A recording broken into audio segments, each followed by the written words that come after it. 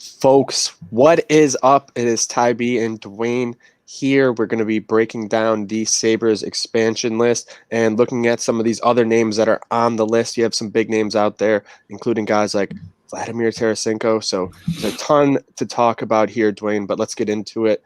On the Buffalo Sabres protected list here, I don't think really any surprises. No. But the one thing, you can bicker about, I guess, or like nitpick is Ristolainen over Borgen. But if there's a few outcomes, I think it could be okay that you're doing this. So, Duane, what are your thoughts on the list? My initial thoughts are miserable. If we're gonna blow this whole thing up, if we're gonna trade Jack, if we're gonna trade Sam, if that's all gonna happen, then just get rid of everything that was there to start all of this. Ristolainen and Gergens, get rid of it all, and let's just legitimately start from fresh. If we're gonna do a rebuild, if we're gonna tear this whole thing down, let's tear the whole thing down and leave no stone unturned. Everything that was there from the start of it has to go. Obviously, with the exception of the one real problem, the owners. But it's just and it's not even the fact that we're losing. We're probably going to end up losing Borgen here. It's the fact that it's just another year, a potential year of Rasmus Ristolainen, and it's just like why. Just why?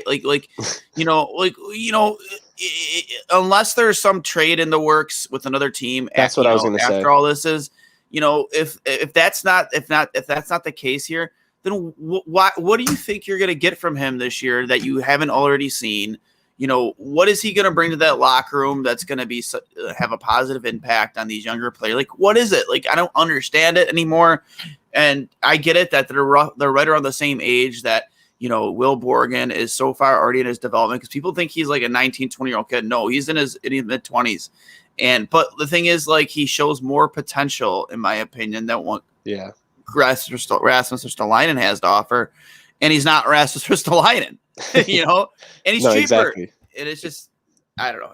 That's my opinion. I think on that, you have to have a trade in place for something that's more valuable than Will Borgen. That's the only thing that makes sense if you're doing that, and I think that must be the case. I'm gonna continue to pretend that's the case at least, so I'm not just extremely pessimistic about the direction of this team. But I'm gonna look at it and hope that Kevin has talked to these teams and figured out what he's doing, where he's going, and what he's trying to do. Rebuilding this team this summer, knowing what guys might be off your roster and a few guys you want to be adding, whether it's through free agency, via trade, or whatever. But you have that option, and then you also have the thought that you could have a trade worked out with Seattle as well, where they're going to take someone, say like Colin Miller, and you're giving them a draft pick or something like that. And in that case, that's fine too if you're exposing Borgen because you're guaranteeing he's not getting picked, and you still have the caveat of being able to trade Ristolainen. Duane, that's kind of best case scenario, and it could be in play. I hope that's what Kevin Adams is going for. I hope so too, man, because we all heard, I believe it was Darren Drager said, or was it Elliot Freeman on the Instigators that said that there's been a lot of smoke around Rasmus Ristolainen's name as of late, that there's been a lot of speculation, trade destinations, and he wouldn't say who. But, you've been trying to trade this guy for how long now, and it still hasn't happened. And just I just don't understand. I heard the rumors that Kevin Adams values him pretty highly, and I don't see the value that you're going to get back in a Rasmus Ristolainen trade equaling to Will Borgen or being with all things considered, his cheap contract, the fact that he performed, admirably in the time you did see him appear with Buffalo. I just don't see the trade-off being equaling the value of possibly losing a guy like Borgen.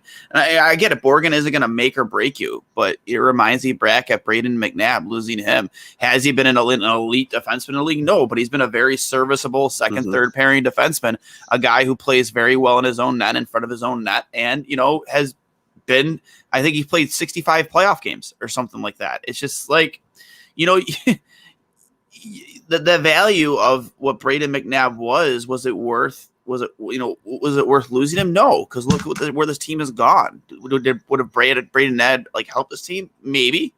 But I don't want to make that same mistake with a guy like Will Borgen, finding out down the line that he turned into something, even if it is just a solid second pairing defenseman. No, absolutely.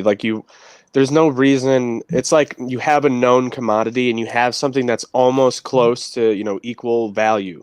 Especially, I think probably just as high, if not higher, at this point with Will Borgen, and you can't just let that asset go for nothing without realizing the potential growth on it.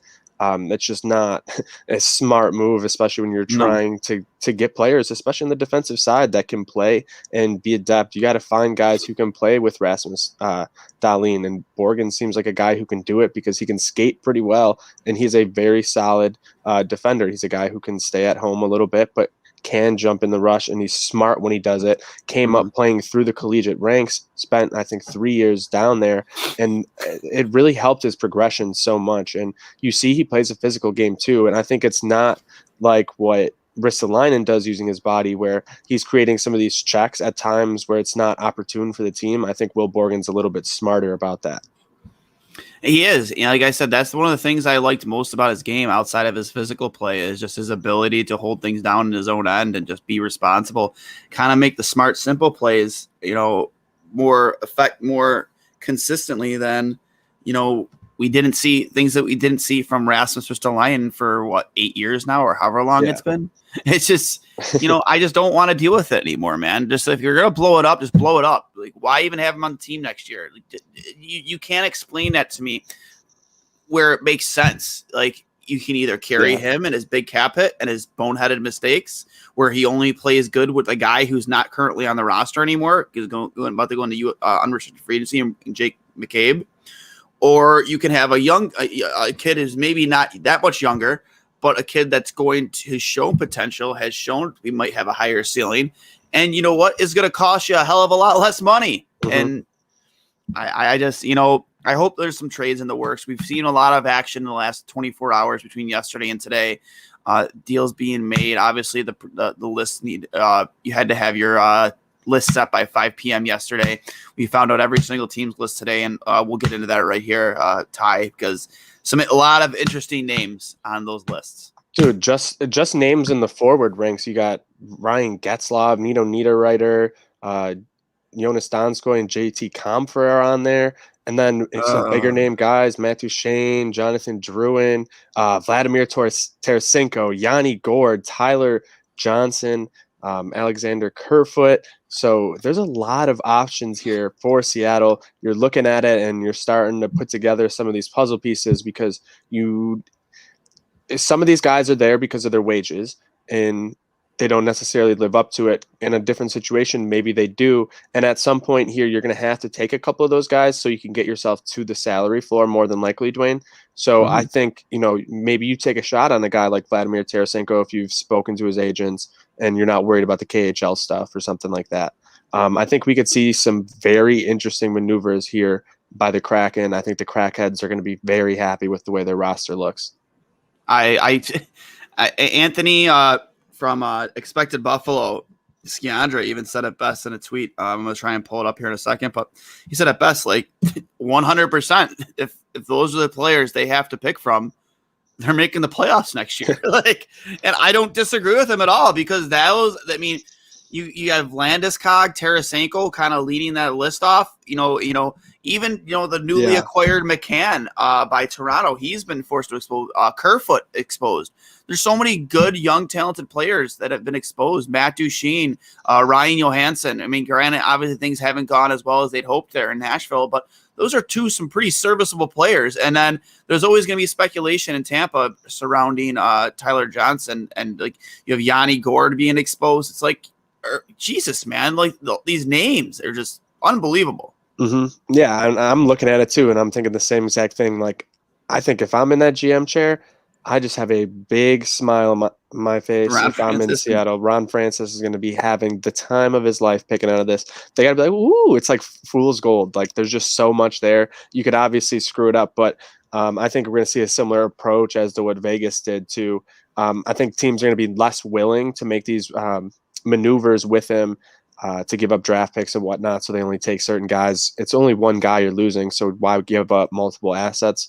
At that point, that's what happened to a lot of the teams, and they got burned, especially Florida. So I don't think we're going to see that as much this year, Duane. So we're going to see some of those big names, I think, get taken, and they're going to try to contend right away rather than it didn't look like Vegas was, right? But taking all those draft picks, it seemed like they were building more towards the future. But they were able to compete right away, and they had all those assets, and that's why they continue to compete. So we'll see what Seattle does if we're going to see, some sort of – I think we're going to see a middle ground where some teams still do it because there's guys they want to keep, but it's just not going to be as much, Duane. No, it's not. And I wouldn't expect – I would expect a very, very competitive Seattle team next year, but I don't think you're going to get the Cinderella story that you had with Vegas because I think too many things went right in that expansion draft. A lot of GMs made a lot of mistakes, for instance, making a guy like Marchessault available out of Florida. That made no sense to me. But again, you are seeing big names being made available. Like the Gabriel Landeskog thing, like really, really throws me a little bit because obviously we've heard that, discussions aren't going the way Landeskog's camp would have hoped. But it's still the captain of your team, and I still have to imagine that Colorado's trying to get him to take a little bit of a discount to stick around and play on a winning hockey team. Yeah. So, but if I'm Seattle, unless something has been already discussed between the two teams, buddy, you left him exposed. I'm taking him. Oh yeah, they're just gifting him to you at that point. Yeah, and you got to take it, and there's going to be, I don't know, probably not a great free agent class. But potentially Ovechkin gets there. Maybe he's like, oh, I want to light things up with a new franchise, and Seattle's way closer to Russia.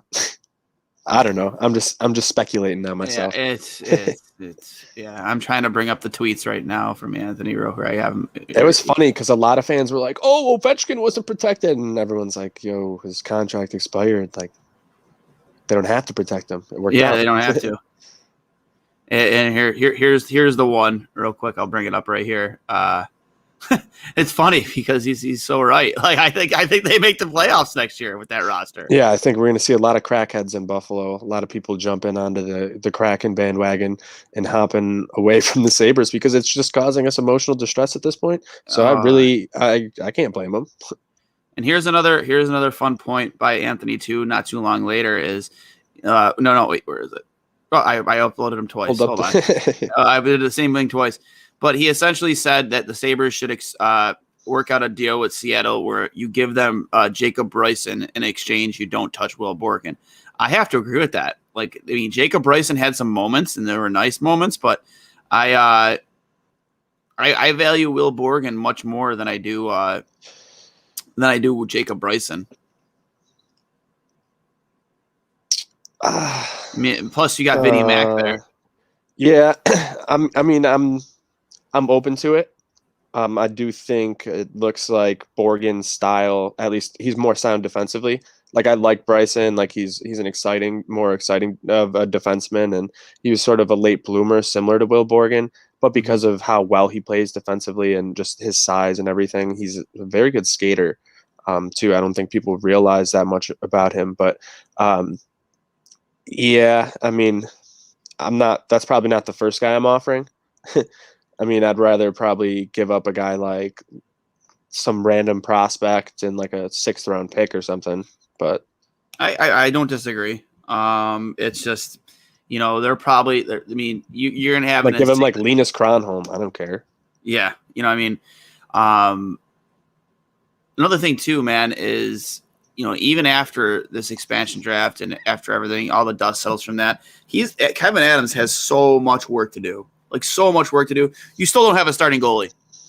We still don't have a starting goalie. We have no idea what's going on with Linus Ullmark. It was said today that he's open to coming back to Buffalo. Well, isn't willing to resign, and I'm still in the same boat I was pre-trade deadline last season. They should have just traded him. I think you're about to lose. I genuinely think you're about to lose Linus Ullmark for absolutely nothing. Yeah, unless you're really gonna impress him with the money here. I mean, like if you're Ullmark, you gotta like just hit free agency, see what's out there. Like, I mean, you've waited this long, you might as well at this point. And if the money doesn't impress you in Buffalo, like why would you stay here? that's it's sad to say, but like it's the state of the franchise right now. It's true, and granted, Buffalo does offer him a place where he is the 1A. Like if he comes back to Buffalo, he's 1A. He's their top goaltender. Maybe it's not the case in other places, but again, money talks, BS walks, and I'm not willing to pay Linus Ullmark more than $5 million. I have trouble giving him $5 million a year. Yeah. Like paying him more, what the market might call for a kid like him, but he hasn't played a full season in how long? Like yeah, exactly. You don't have a backup set in place yet. I mean, you've heard the rumors that Terry Pagula loves UPL and wants him in the NHL next year, which I completely disagree with. But I just you have so many like holes to fill, and now you're about to have these two huge gaping holes with Eichel and Sam Reinhart. You would think that a lot of these holes might get filled or at least get patchworked a little bit with the return from those trades. But I don't know, man. It's I think you go out and sign Duane Steinel. Sign Duane Steinel. I do think Risto is gone this year. I hope he's gone. Starting goaltender Duane Steinel. I love it. Yeah, sign me up, man. I'm the next David Ayers. I'll negotiate the contract. You want to? What am I getting? What am I getting? Well, it's got to be at least league minimum, which is still like $600,000-$700,000, I think. Listen, man, I'll stop a few pucks. Duane will stand there in practice, and I'll drop a few elbows. I'll drop a few elbows on some unsuspecting players in my crease. I don't care. Let's go. Fire me up. Absolutely, just hammering guys with the blocker. Oh yeah. Hit them with the waffle a little bit. I'll go old school. I don't care. Here we go. Exactly. There you go. It's 900,000 now. Perfect. Man. I think that's the top on ELCs. There's like a minimum, which is like 600 or 700, 925. I think it's the top, but I think I can negotiate the top for you. Yeah, do that. Just throw in some, I don't know, just throw in some free pizza and wings from, I don't know, wherever that place was by your house. Where we got that barbecue chicken finger pizza. Yeah, but I don't know who they're sponsored by. Is it just pizza? They throw the boxes in the games? Yeah, give me some pizza. Give me some blue cheese, some Rudy's blue cheese. I don't care, man. I don't give a shit. I'm cheap. I am a cheap whore. I don't care. Let me play. I'll play for peanuts. Just let me play. Seriously. Hopefully we'll be getting some fans at those Hart Foundation games, though, to see you play soon, Duane. Oh, yeah. I can't wait. I can't wait. It's been quite the season. But, it's again, today was pretty interesting. I definitely, it released. The Tarasenko thing. I get it. Maybe that's a deal worked out between teams to not touch him. But like, you have to imagine that's a player, even with the injury, you want to trade. You don't want to lose him for nothing. Mm-hmm. Same thing with Landeskog. I mean, I don't know, man. It's the Tarasenko thing. It might be the KHL issue. It might be the injuries, and teams just don't want to give up any assets because they're just so unsure. So if that's the case, I get it. We'll see if Seattle is willing enough to take him. I mean, it's entirely possible. I could see it. New situation, completely new franchise, and like a guy like Ron Francis at the top, I think is a pretty tantalizing situation. But some of these Russian guys, you never know. They just like to go back to the KHL and count their American dollars that they made. Yeah, and another thing too, let's touch on too is, I mean, I know it's been talk of the town and talk on Sabres Twitter now for the past like 2 weeks. What is going to happen here with Jack Eichel and Sam Reinhart, man? Like, all the experts and analysts said that, they'll be one of them will be gone by the expansion draft. Well, the expansion draft is Wednesday, man, and I just don't see that happening. I mean, I know it can happen unless it's with Seattle. Yeah, I don't know. I really don't know at this point. I mean, you like to see that he's not just like trading them for the first offer. That's like palatable, like he's actually holding them in high regard, trying to get the best value he can in return. So, I'm not going to fault him. We don't know what the offers look like coming in. We're hearing a lot of these young guys are off the table, and if your number one prospects are off the table, then that's tough. It is, man. I just don't buy that the injury is really like scary. I mean, it was announced this week, I think, again by Darren Dreger that Elliot Friedman, he's back skating again. He's on skates. He's shooting pucks. He's he's running himself maybe through some drills, non-contact drills. Like that is a huge positive sign that things are trending in the right direction for him. Mm-hmm. Yeah, we'll see. We'll see. Me personally, man, I think if I'm Kevin Adams, the two teams I'm looking at hard right now are definitely still LA and Anaheim. I think those are the most desirable assets in any teams maybe in question. I know there was a lot of rumors floating around about Minnesota when they unloaded both Suter and Parise off their books, but that was surprising too. I think Parise said that came as a huge shock that they were bought out. Yeah. Which makes it kind of funny. You see a guy like Ryan Suter get bought out in less than 24 hours before that. Edmonton gave up assets for an aging, $8 million Duncan Keith. Unbelievable. The Oilers gonna oil. Yeah, God, it's true though. As much as people like to feel bad for Jack, dude, how does it feel to be Connor McDavid? I know he's at least played in playoffs, but like, God, man, that organization is such a shit show. Yeah, it hasn't been much more successful than here in Buffalo. So like when, people complain, like, was it worth it for Jack Eichel? I mean, was it worth even trying to get Connor McDavid? Because it one player doesn't do it in the NHL. And I think that's the biggest thing that teams have to learn. It's not the NBA where you go and you get one superstar game changer, because the ball's in their hands so much. They're on the court a good 75 to 80% of the game. They influence a ton of it. They're one of 10 people on the entire court, where you have people rotating the entire time. The NHL, you have 4 forward lines, 3 defensive pairings. So you're not getting, you're getting, maybe a third of the game on the ice to influence the game. You can't win the game that way. It's just too challenging, and then teams try to key in on those big superstar guys. That makes it even tougher. It does, man. And like you said, how many in 16 minutes? How much of that time is LeBron James on the court? He's putting up like 38, 40 minutes. Yeah, exactly. Jack Eichel, he's playing game. Jack Eichel is probably averaging. It's a 48-minute game. Yeah, Jack Eichel is probably averaging 22 minutes a game out of 60.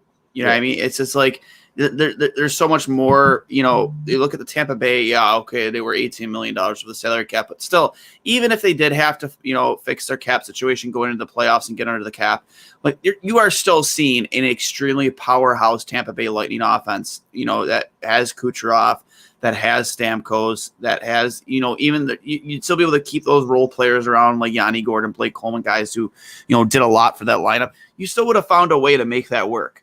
Shit, maybe they would have called Buffalo, New York, and said, "Hey, man, Duane Steinau, we need a backup goalie that's willing to play for $50,000 a year. You in?" I'm like, "Yeah, I'm in. Let's go." I would have absolutely did it. I don't give a shit. It's just, it's you have to have a deep team to be able to make sustain success in this league and make deep playoff runs. And that's the one consistent thing, man. Is every single one of these teams that eventually win the cup, and that's what really did Montreal in was they didn't have at least 3 scoring lines, 3 dangerous lines that are a threat every time they're out there. And as fun of a story as Montreal was, Tyler Toffoli disappeared. Cole Caulfield is as fun of a story as that what it was. Cole Caulfield, he disappeared at times too, and which you shouldn't have to depend on a kid at that age to be one of your go-to guys this early in his career. Josh Anderson, he was mouthing off, a lot. Guys like Gallagher or not Gallagher, sorry, no, Pat Maroon.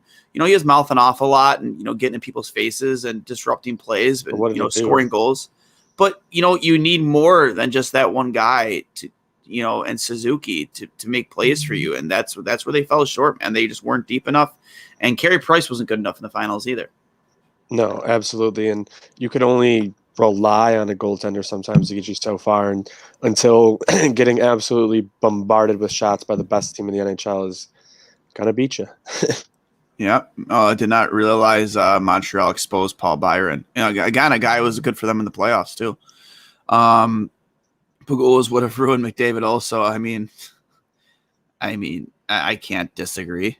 I mean, they found a way, but that's exactly what I'm saying. Like, it would have been the same situation. How much better would it have been? Like, you still add the same players and make the other moves. Like, they're both franchise centers. Like, Yeah, it's true. I do agree. I think some We're All Dwayne jerseys would sell better than Tokarski at the. I think I would sell like 4 or 5. Why not? More than But that. You think so? I don't know. You would earn the $925,000. I would earn it. Yeah. On the jersey sales. Just on the jersey sales alone. All right. Like I said, I'm cheap, man. You don't have to give me the full $925. You can donate a half of it to a charity. And every game there's a goalie cam where you just dance a couple times and boom, you improve the in-game entertainment too. I did, right? Boom. Right. I'll instill change. I'll instill change. I'll bring us a team dog. I will get the goal song changed. Should I do the political hand movements? Duane Steinell, the people's goalie. The people's goalie.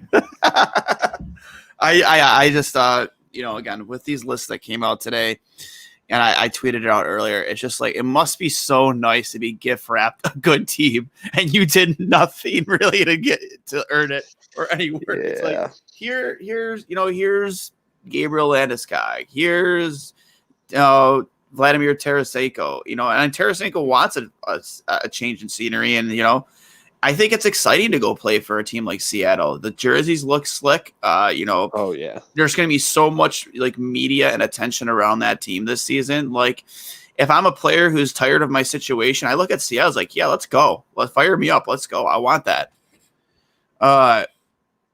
It's just I don't know. I'm just over it. I'm a tired, miserable Sabres fan, and even a situation where Will Borgen goes unprotected, it's just like, come on. Like, if I have to watch Rasmus Ristolainen wear a Sabres uniform again next year, I'm gonna lose my goddamn mind. I'm just like, I can't do another year of it, man. I cannot do another. He works hard. Nobody can argue against that. How many goals would Will Borgen score in Buffalo with Seattle in his comeback game? Oh God, I don't even want to. At least 2. He'll get the Gordie Howe hat trick, and you know it. He will. Probably. He'll fight Ristolainen. He'll fight Ristolainen. Because Ristolainen doesn't fight. He does all grit. He doesn't fight anybody though. He hits. Yeah, calls him out for being a fake tough guy, beats his ass, and the fans would go nuts. It would be like the take year again. It was something big. When they're cheering for goals for the other team. Oh, people would lose their mind if Will Borgen scored against Buffalo next year as a Seattle crackhead. Yeah. Oh man, I can't wait to see. Do they put that on a shirt? I mean, the team doesn't. Yeah, but somebody's putting that on a shirt, right? I'm a crackhead. I would. 100%, right? Yeah. It's like, I'm an honorary crackhead. 100%. Oh, you have to, man. That shirt sells itself, right? Yeah. But I mean, I would buy one. Yeah, but closing thoughts here, man. We've been on for almost 30 minutes, and I hope, like we said before, I hope there's a deal in place that maybe Buffalo is, working out a Ristolainen trade post-expansion draft where you're getting somebody that's better than Borgen. Again, I don't know, based off what we've seen from Rasmus Ristolainen, why anybody would think you would get somebody better than Will Borgen. I'm not trying to make Will Borgen out to be like the next coming of Yoki Harju or something like that, but like, what has he done that makes you think that his value is better than that? I don't see it, and I hope that if that isn't the case, that there is a deal worked out where we're not giving up a ton, but we're giving up some type of asset or draft pick, so they don't touch a guy like Will Borgen and go after a Colin Miller or an Eakin or an Okposo. I've already accepted Okposo's finishing his career in Buffalo, so it's inevitable. Nobody's taking that contract. Put the jersey up in the rafters. Put it up there, yep. No, cheers to you, Kyle. Cheers to you. It is what it is. It is what it is. Perfect way to wrap this one up, Duane. Thank you. Thank you for doing this. I haven't talked about the Sabres in quite some time. I know. We just had that Owen Power and to have a little bit of an optimistic outlook after seeing the Owen Power interview, and now I'm looking on the bright side of things the way Chandra was with hoping there's a deal in place or the Risto trade in place, or hopefully there's some forward thinking by Kevin Adams. Yeah. I'm gonna try not to be upset by him anymore. I don't really care. How do you get upset about it anymore? Like, how do you though? Like, that's what I'm saying. I feel like this is worse than the Cleveland Browns. I'm just indifferent. Yeah, it's just, Half the time I just see the news and I'm like, okay, but like a move didn't happen, or the speculation, or this rumor or that rumor. I'm like, well, until it happens, peace. Like, I don't care. Chances of those old rumors we used to hear about the Nikolai Ehlers trade with there being a trade in place with Ehlers, Ristolainen, and Botterill said no. Like, what are the chances of that? I can't, Duane. I gotta leave on that. Oh my God. Oh, you're gonna make me lose my mind. Yeah. All right. Well, I can't even process that right now. I can't even process that. It was probably definitely was on the table. Definitely. I think so too. God. But hey, guys, this has been a special edition of Two Goalies, One Mike. Thanks for hopping on with us and kind of getting a little bit of our live reaction here to the list. Misery, torment, optimism, all rolled into one. More or less misery and torment than optimism. So, Ty, go enjoy the Jays game. Thanks for hopping on here. Doubleheader, that's right. I'll be there tomorrow. Sox and Blue Jays. I'm a big Red Sox fan over here, so I'm excited to see the boys do some work against them Blue Jays. Don't throw any balls at players, please. I won't. I promise I won't. All right. You guys have a good rest of your Sunday, and we will